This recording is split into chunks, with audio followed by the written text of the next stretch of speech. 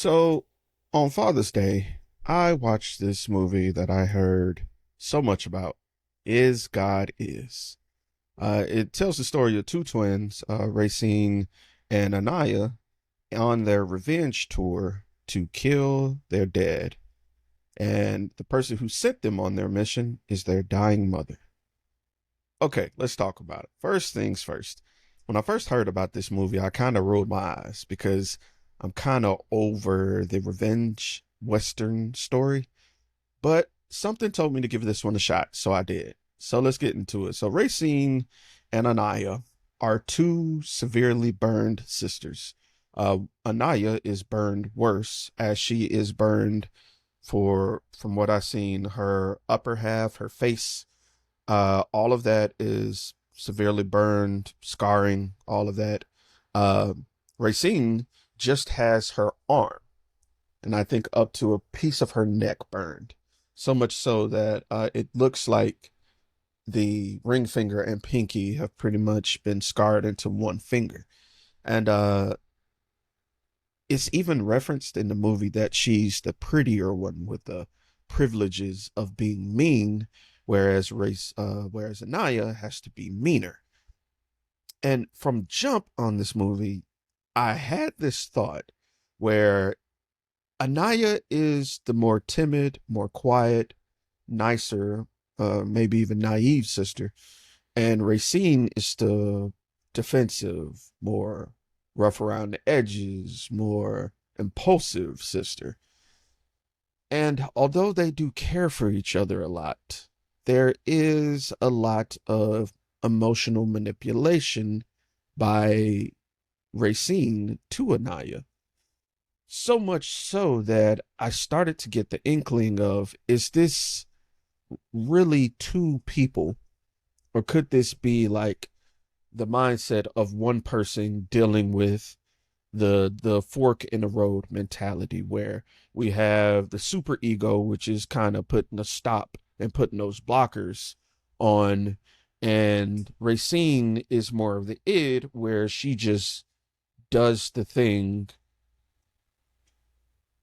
without even thinking about it, like without thinking about the repercussions of it. So before I get any further, long story, you wake up, they have this psychic connection that's always been assumed, in culture, that twins have this innate ability to communicate without speaking, and it's played into this movie very well. So Anaya and Racine often look at each other and subtitles will appear on screen. Now, the one thing I love about the subtitles and even titles overall in this film is that when they appear, sometimes they're not in a straight line. Sometimes they're disjointed. They the pieces are moved because I think they're trying to convey that this is thought through trauma. This isn't, I don't want to say sound conversation. Sometimes it's a little upsetting. It's a little, I don't know how to put it. It's a little off.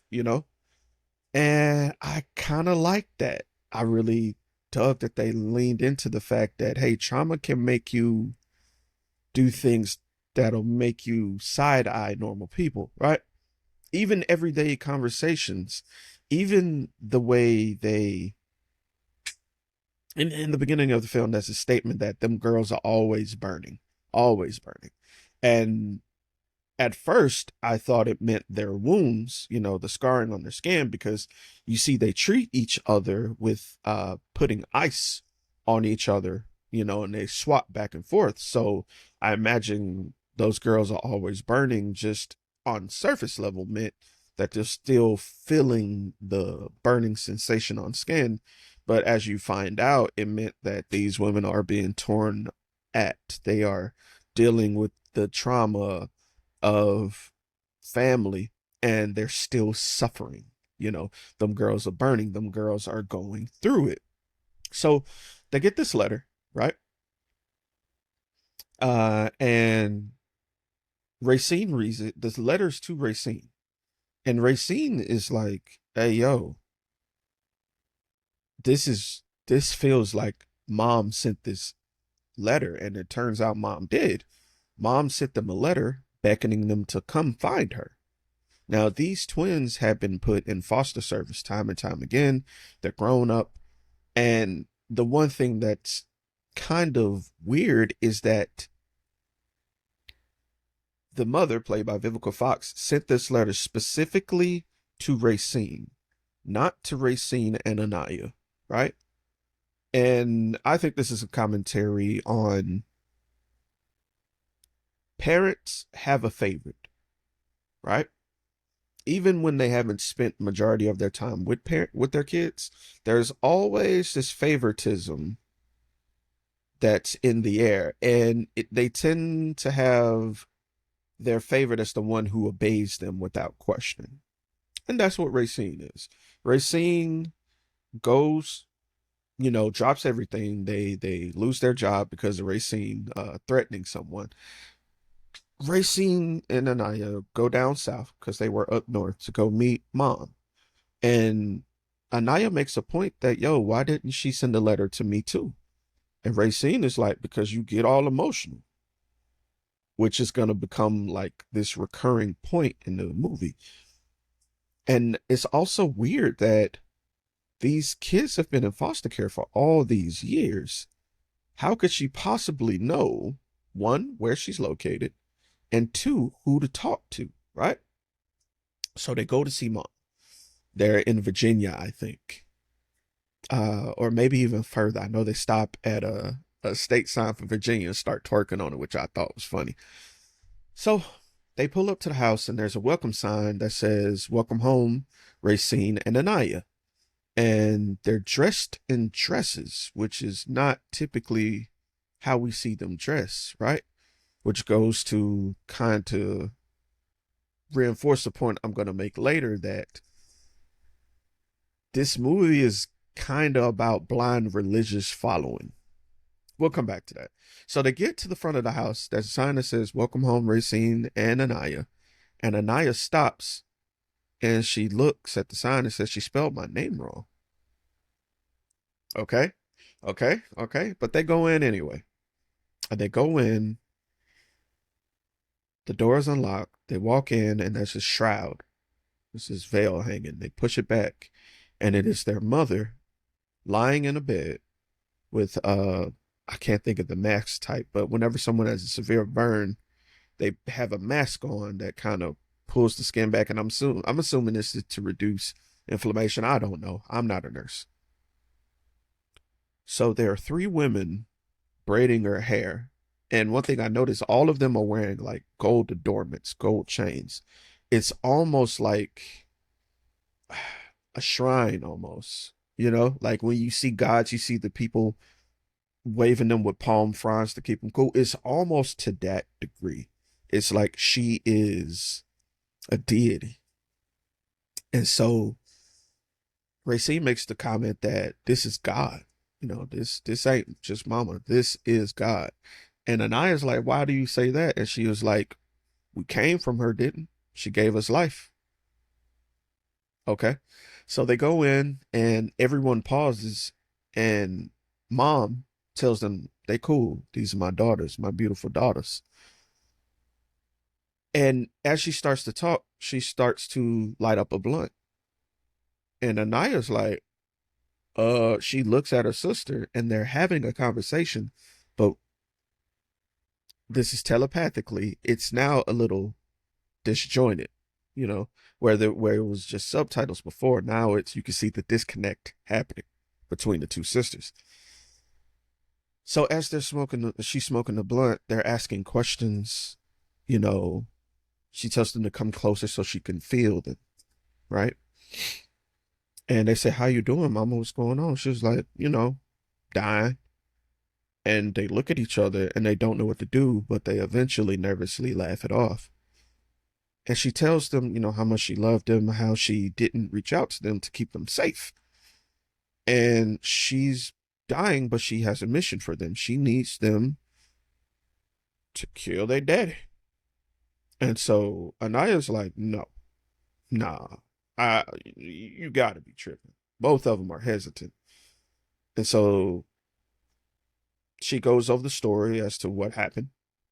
So mom had the two daughters. They're in the house. They're watching cartoons. Mom's cooking dinner, chopping, I think, carrots or something up. She hears the noise. She ignores it. She hears another noise. She ignores it. Third noise. She goes to check it out. She leaves the girls there.